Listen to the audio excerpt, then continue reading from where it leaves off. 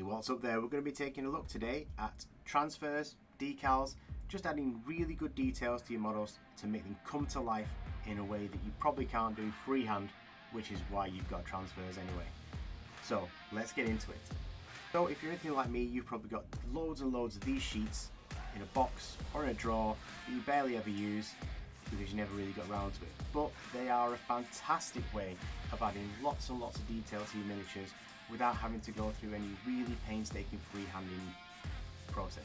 Just look at some of these. These are absolutely great examples of how transfers can really bring your miniatures to life, really sell their reality without having to spend too much time on them. So decals really are the most efficient way to add tons of detail, and they're a really good investment for practice. So this is the simple way to do it. You want to wet the area that you're going to apply the transfer to, then wet the back of the transfer thoroughly so you can see the transfer through the paper.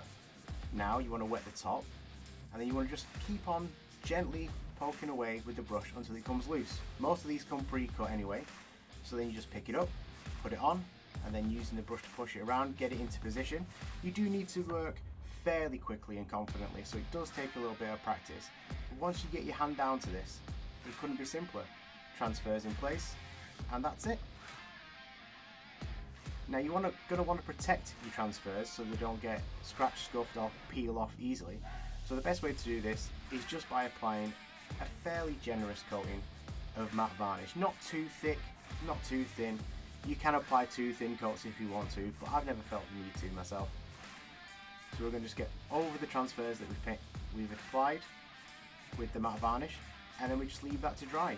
Now, no matter how matte a varnish claims to be, there's always going to be a little bit of a shine to it. So you want to take the edge off that shine in a couple of different ways. My preferred way is to use some of the colour that is underneath the transfer to very, very gently apply some weathering to the top. I'm not a big fan of edge highlighting or these super clean lines because I feel like they're just not realistic. So using this tiny sponge and a pair of tweezers, I'm just applying the wraith bone that's underneath the decal to the top. It'll break up the edges and take away that shine. Another way to do this is you can just apply Lamium medium straight over the top if you've got it. You want to apply this thin and in a few coats because you don't want to lose any detail, but you also want to take away the shine of that varnish. Because as I say, it doesn't matter how matte it says it is, it's going to make it shinier than it was when it started.